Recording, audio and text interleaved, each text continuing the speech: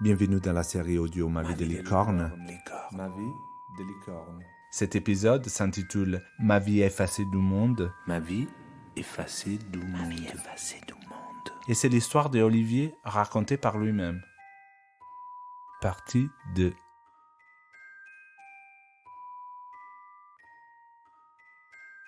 Je m'appelle Olivier Souris. Je suis né à Nantes en mai 67, donc j'ai bientôt 53 ans. Je me suis jamais imaginé marié avec une femme de toute façon. Jamais. Je me suis toujours assumé. Je savais que quand même, de toute façon, j'étais attiré par les garçons. Et la première véritable amie que j'ai eue, j'avais 7 ans. Elle s'appelait Cindy. Le premier épisode important on va dire, en rapport au physique et au sentiment, c'est quand je suis allé en colonie. J'avais 12 ans. On n'avait pas besoin de vraiment parler. Il y avait le poids de notre solitude à chacun qui est devenue commune et qui nous a fortifiés. Cette histoire devait se vivre là, présentement, chaque jour, et elle allait s'arrêter avec la fin de la colonie. Et en septembre, je fais la rencontre de Siedger. Je crois que vraiment ça a été le coup de foudre. Cette relation avec lui, ça a duré 3 ans. Si je remonte à l'épisode de Cindy, du jour au lendemain, elle n'était plus là. Si je remonte à l'épisode de la colonie, Olivier, du jour au lendemain, il n'était plus là. Et si je remonte à l'époque de Siedger, à la fin, du jour au lendemain, il n'était plus là.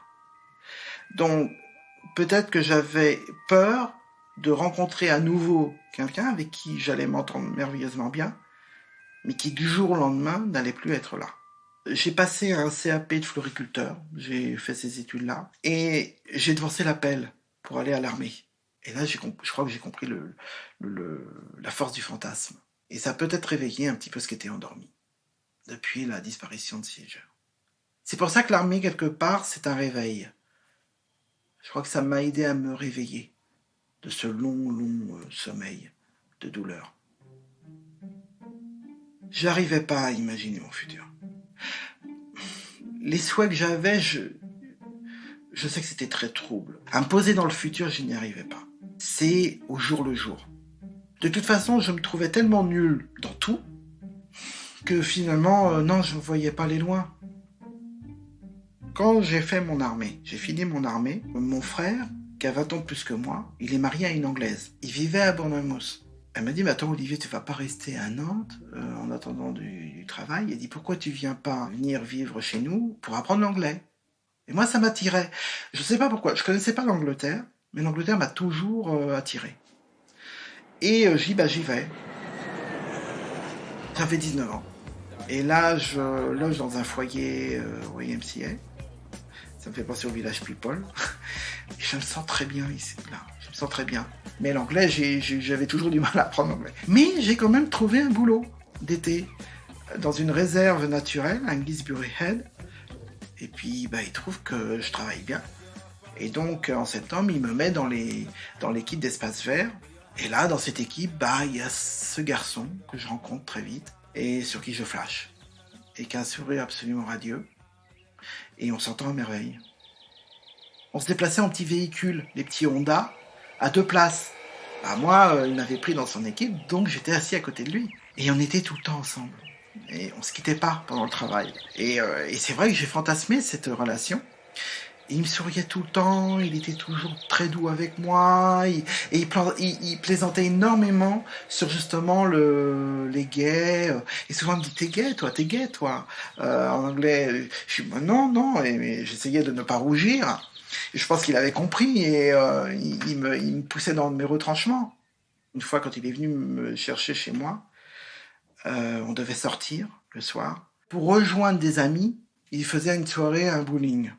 Il a sonné, moi j'ai ouvert la porte, et donc je l'ai fait rentrer dans ce long couloir, et il est venu vers moi, et puis il m'a presque pris la main, il m'a effleuré la main, mais presque caressé comme ça sur le bras, il m'a pris la main. C'était flagrant. Il avait une petite amie, il l'assumait pas. Parmi ses amis, il en avait un qui était un ami apparemment très important, qui bossait avec nous la journée dans l'équipe des Espaces Verts, qui lui qui était plutôt homophobe. Ils m'ont invité à jouer un samedi après-midi à une partie de football. J'y vais, ils me mettent dans les buts. Ah, moi, arrêter un ballon, non mais déjà en toucher un, mais alors arrêter. Et en fait, plusieurs fois, il m'a envoyé le ballon, le Steve, hein, pas l'autre, plusieurs fois le ballon dans la tête. Et en tout temps se moquant. Et là, je me suis dit, bah, je peux pas vivre ça. C'est-à-dire que j'aurais voulu que l'autre, il me défende beaucoup plus que ce qu'il m'a fait. Il l'a engueulé, son ami, mais pas plus que ça. Donc là, ça m'a fait mal. Et je me suis dit, bah, ça pourra pas se faire. On a continué à travailler quelques temps après, ensemble. Et puis après, il a changé de service. Et là, je l'ai plus revu. Je me suis dit, j'ai plus rien à faire là.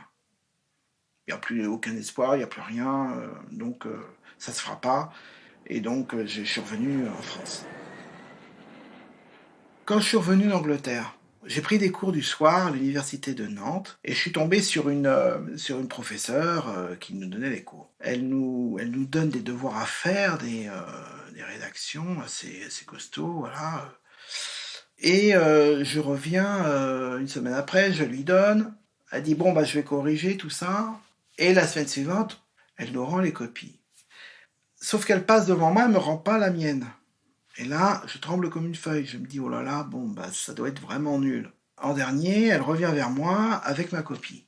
Elle la tient comme ça, et elle me dit, je sais pas ce qu'on a raté avec vous, mais on a raté quelque chose. Alors, je vous mets pas 20, mais j'aurais pu mettre 20. Et c'est à partir de là que je me suis dit, il y a peut-être une possibilité que, bah oui, l'écriture, je puisse l'entreprendre. Parce que c'était mon rêve quand même, l'écriture. Alors là, j'avais 24 ans et demi. Et je suis revenu vivre chez mes parents.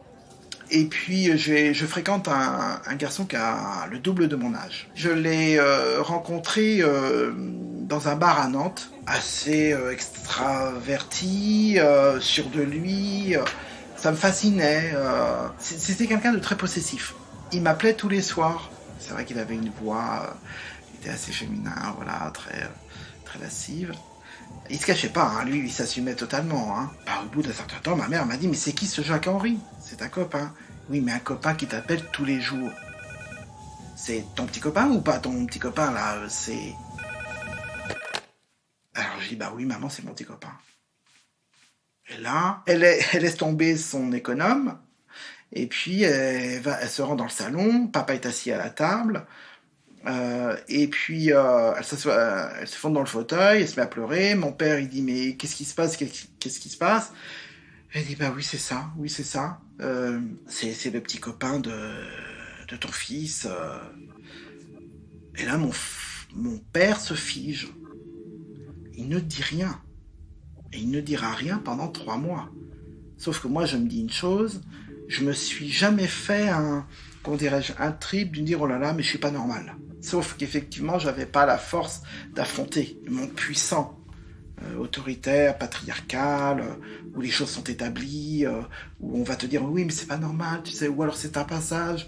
Donc tu sais, tu vas trouver une femme, il faut que tu trouves une femme, il faut que tu te maries, fais comme tes frères. Bon, moi je voulais pas subir ça. Je suis allé voir le tour de ma famille, de mes frères et sœurs. Je suis allé voir Claire. Claire, elle me dit, bah, on le savait, mais enfin, tu vas pouvoir le vivre. Et je l'ai dit à ma grande sœur Bernadette. Et puis, je suis allé voir mon frangin Laurent. Il dit bon, bah oui. Il dit bah c'est ta vie. Je suis allé voir mon frangin Frédéric.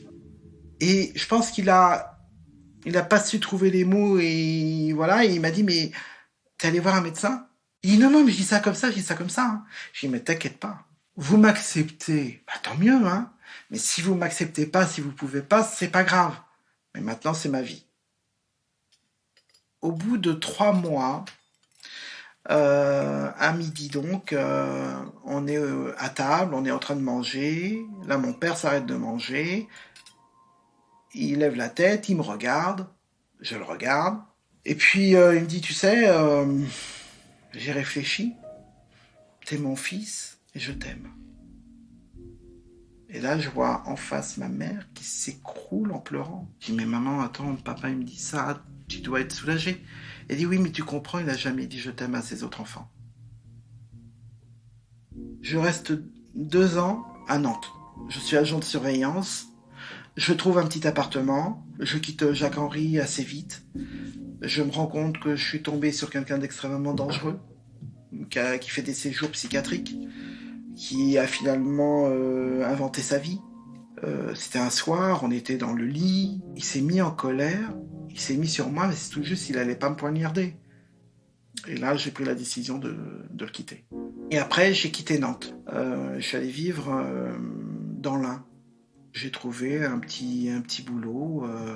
Et puis, j'ai rencontré un garçon qui était à la boucherie, qui était gentil, mais alors lui, ça se voyait tout de suite qu'il était homo. Hein. Et on a sympathisé. Et puis, il avait des vues sur moi. Moi, pas vraiment. Mais j'étais content de trouver quelqu'un à qui parler et puis de pas être obligé de me cacher. Et puis là, il m'emmène donc en discothèque, on fait la rencontre et on fait la rencontre de Laurent, son ami. Et Laurent et moi, ça a été le coup de foudre. Et oui, et là, à partir de là, on a vécu notre histoire. À l'époque, il composait de la dance music. Il chantait en anglais, il avait son synthé. Les premiers temps, on avait imaginé faire une carrière dans l'artistique, dans la musique. On n'avait pas d'argent. Hein, on a fait une tentative, on s'est dit, tiens, on va monter à Paris et puis essayer de faire connaître ce qu'il fait. C'était en 99. Il venait me rejoindre en voiture depuis sa Haute-Savoie, avec des vivres et tout que sa maman lui donnait. Je me rappelle, on allait se balader à pied parce qu'il y avait les maisons de disques dans le 92, et puis on passait devant à 2h du matin, 3h du matin, et puis on rêvait de ça, on se disait, oh là là, t'imagines, si on y arrive. Sauf que ça a duré 6 mois, parce qu'au bout de 6 mois, on s'est rendu compte que ça devenait très compliqué. On est revenu vivre dans la maison de ses parents. Et là, on a un peu abandonné la musique. Laurent, il collectionnait depuis l'âge de 5 ans. Il semait des graines de palmier, des plantes un peu exotiques dans des pots. Donc il en avait fait toute une collection. Comme on avait la connaissance que des palmiers et des bambous pouvaient pousser à 500 mètres d'altitude en Haute-Savoie. C'est vrai qu'il y a eu cette idée de se dire, mais et si on faisait un jardin exotique? Ce serait un peu notre paradis à nous. Et donc, on a sélectionné des plantes exotiques, donc qui viennent d'ailleurs, pour reproduire une espèce de jungle. Parce que déjà, les palmiers, ça fait rêver, les bambous, ça fait rêver. Je pense que le jardin, c'était un peu inconsciemment notre forteresse. On allait se créer un lieu de vie pour notre amour. Il fallait associer ça à un rendement financier pour qu'on ait justement cette indépendance et ce pouvoir de vivre dedans. En 2003, quand on a eu le terrain, on n'a eu aucune aide. Et je pense aussi que quelque part, qu'ils savaient qu'on était ensemble, qu'on était un couple.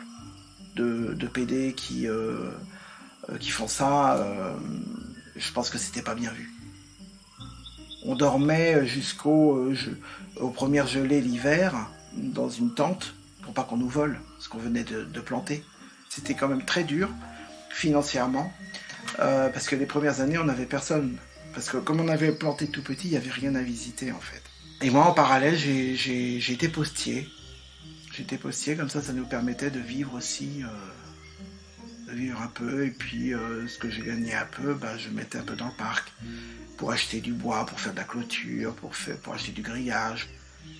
Ça a commencé à marcher un peu à partir de 2007-2008. Hein.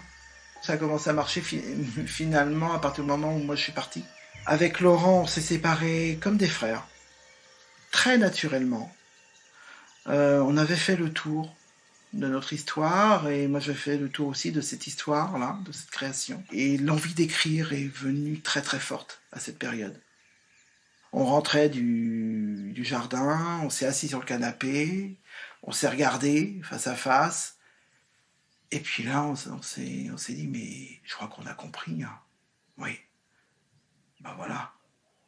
C'était bien que ça se passe comme ça. Et moi, à partir de là, j'ai acté que j'allais quitter la Haute-Savoie. C'était en juillet. juillet 2010, je quitte le parc, je quitte Viry. J'emménage à Thonon-les-Bains. Là, j'ai vraiment écrit tous les jours et j'ai compris à cet instant que l'écriture allait être ma vie. Et en octobre, je m'étais inscrit sur un site de rencontre sur Internet. Et puis bon, ça m'énervait. Et vraiment, je me dis, c'est la dernière fois que je regarde les annonces. Et là, je vois une annonce. Le gars met pas de profil. Mais par contre, sa présentation écrite, elle est vraiment bien. C'est bien écrit, c'est hyper intéressant, il y a de l'épaisseur. J'écris à cet annonceur, à ce garçon. Il me répond. Et à partir de là, on s'envoie nos photos. Moi, je trouve qu'il est mignon sur la photo, je trouve bien. Et lui aussi, il trouve bien. Alors, on continue à parler. Tous les jours, on parle dans Skype, on raconte notre vie, ce qu'il fait lui, ce que je fais moi. Donc, évidemment, on parle de banalité, on parle de la vie, on parle aussi de la famille, on parle d'expérience. Et lui, non, il n'avait pas beaucoup d'expérience au niveau de relations homosexuelles. C'est-à-dire, de vie de couple. Il n'en a jamais eu. Et au 27 janvier 2011, c'est moi qui viens à Paris. Et il m'attend en bout de quai de gare. Tous les week-ends, à partir de là, tous les week-ends, on se voit. Et puis, à un moment donné, je l'ai au téléphone, je dis, tu sais, j'ai réfléchi, hein. Si tu veux bien, je vais venir vivre avec toi. Et là, je sens au téléphone, oups, il ne s'attendait pas à ça. Mais mine de rien, le 15 avril 2011, je lâche tout, le travail, l'appartement, et je monte avec ma voiture. Ce qui ne rentre pas, tant pis, je laisse derrière moi. Voilà. J'étais un peu autoritaire finalement. Quand je lui ai imposé ça quand même. Mais ce qui était formidable, c'est que quand j'installais les affaires, c'est comme si j'avais toujours vécu là et lui, il a senti la même chose. Je me suis senti bien à la seconde où j'ai posé mes affaires. Et lui, pareil. C'est posé quand même la question, qu'est-ce que je vais faire ? Et Olivier, lui, c'est un homme de théâtre qui a une connaissance incroyable. Et moi, j'ai pas toutes ces connaissances. Par contre, je me sens petit. Et là, on revient à la légitimité ou pas d'écrire. Quand je suis installé chez lui, j'ai envie d'écrire du théâtre. Et un soir, un dîner hors de la maison, on est tous les deux, et puis je dis à Olivier, mais au fait, ça t'intéresserait pas de lire ce que j'écris ? Il dit, mais tu sais, j'ai peur. Il me dit, non, j'ai peur parce que imagine que ça me plaît pas du tout, ou que, en gros, que je sache pas écrire du théâtre. Mais il n'empêche, et c'est une preuve d'amour formidable, il n'empêche qu'il me laisse poursuivre. Donc j'ai lu du théâtre, et j'ai appris au fur et à mesure à lire, à écrire. Voilà. Et donc j'ai fait plusieurs tentatives. Je me rappelle la première pièce de théâtre, c'était Noir sur Manhattan. Et c'est celle que je crois que j'ai montrée à Olivier. Il m'a dit, oh là là. Et j'ai persévéré. Et il m'a fait des retours vraiment indispensables. Et puis j'ai eu une première pièce qui a été montée en 2016. Donc ça m'a donné de la légitimité pour continuer. Mais ce qu'il y a, c'est que j'ai accompagné à des premières sur lesquelles de spectacles sur lesquels il a travaillé. J'ai rencontré des gens, voilà. Donc au fur et à mesure, il m'a un peu immergé dans ce milieu-là. Mais c'est pas évident au départ. C'est pas évident. Quand on vient pas de là, c'est pas évident. Alors en même temps où la pièce est jouée, Stavanger, j'ai sorti mon premier roman, qui est un roman noir. Et puis ensuite, j'ai écrit d'autres pièces de théâtre. J'alterne en fait. En fait, toutes ces écritures, ça m'a permis de libérer ce pourquoi je pense que j'ai écrit jusqu'à maintenant. C'est raconter mon histoire avec Siedger de 12 à 15 ans. Et le roman qui s'appelle Mes amours souterraines. Ça démarre au moment où on se dit adieu. Ça raconte mes 4 semaines donc, de vacances. Et puis, mon retour est là où il n'est plus là. L'écriture, en fait, j'ai l'impression de m'effacer derrière ça. Ce qui me plaît vraiment dans le métier d'écrivain, c'est de disparaître. C'est disparaître. Des fois, je rêve de me retrouver dans un lieu perdu, et que si j'existe, c'est par mes mots. Mon futur, c'est de continuer à écrire du roman. Si j'écris plus, je crois que là, je mourrai. L'encre, c'est mon sang, quoi. J'ai besoin de ça. Il y a toujours ce besoin quand même. Il y a toujours un peu ce besoin de se retrouver dans un endroit isolé où je suis effacé du monde. Mais je continue à vivre, mais effacé du monde. Avec Olivier, la relation, je dirais qu'elle est fondatrice de ce que je suis maintenant. C'est-à-dire un auteur. J'ai peut-être mûri et je me suis peut-être renforcé aussi grâce à lui. Et puis, il y a, oui, l'amour, vraiment, c'est l'amour avec un grand A, quoi. Il me permet d'être ce que je veux être, finalement. Et ce que je suis.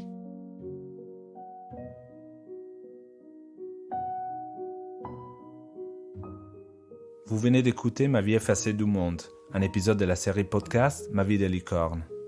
N'hésitez pas à vous abonner et à liker l'épisode si vous l'avez aimé. Nous sommes un podcast 100% indépendant et nous avons besoin de tous les soutiens que vous pouvez nous accorder. Alors n'hésitez pas à partager ces podcasts sur vos réseaux sociaux et à en parler autour de vous. Je m'appelle Lorenzo Ricciarelli et j'ai produit et réalisé cet épisode avec l'aide de Victor Audouze au montage, à l'habillage sonore et à la musique, et Daniel Segré qui a mixé et contribué à la musique. Un grand merci à Olivier qui nous a généreusement raconté son histoire. Vous pouvez nous retrouver sur toutes les plateformes principales des podcasts et nous découvrir encore plus sur les réseaux sociaux et sur notre site mavidelicorne.com. Merci de nous avoir écoutés.